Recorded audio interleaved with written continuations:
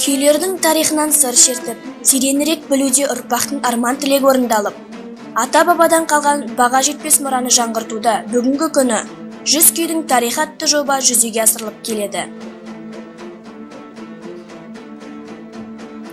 Жобаның басты мақсаты қазақ халқының мәдени мұрасы күйшілік өнерді, ұмыт болып бара жатқан күйлер мен күйші композиторларының қазақ мәдениеті мен күйшілік өнерге қосқан үлестерін кеңінен насихаттау, қайта жаңғырту. 100 күй жобасы оқушыларды патриоттыққа, қазақ халқының мәдени мұрасына құрметпен қарауға, оған деген қызығушылығы мен сүйіспеншілігін арттыруға тәрбиелейді. 100 күй жобасы аясында біздің мектебімізде домбыра дастан, кейіннен атауы Әсемай болып өзгертілген домбыра ансамблі жұмыс жасауда.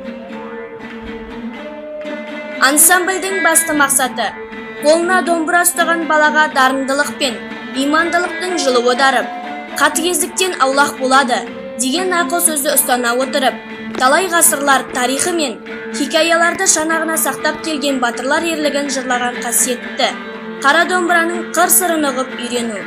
Үйреніп қана қоймай, шығармашылықтарын шыңдап, жетістіктерге жетуге ұмтылу.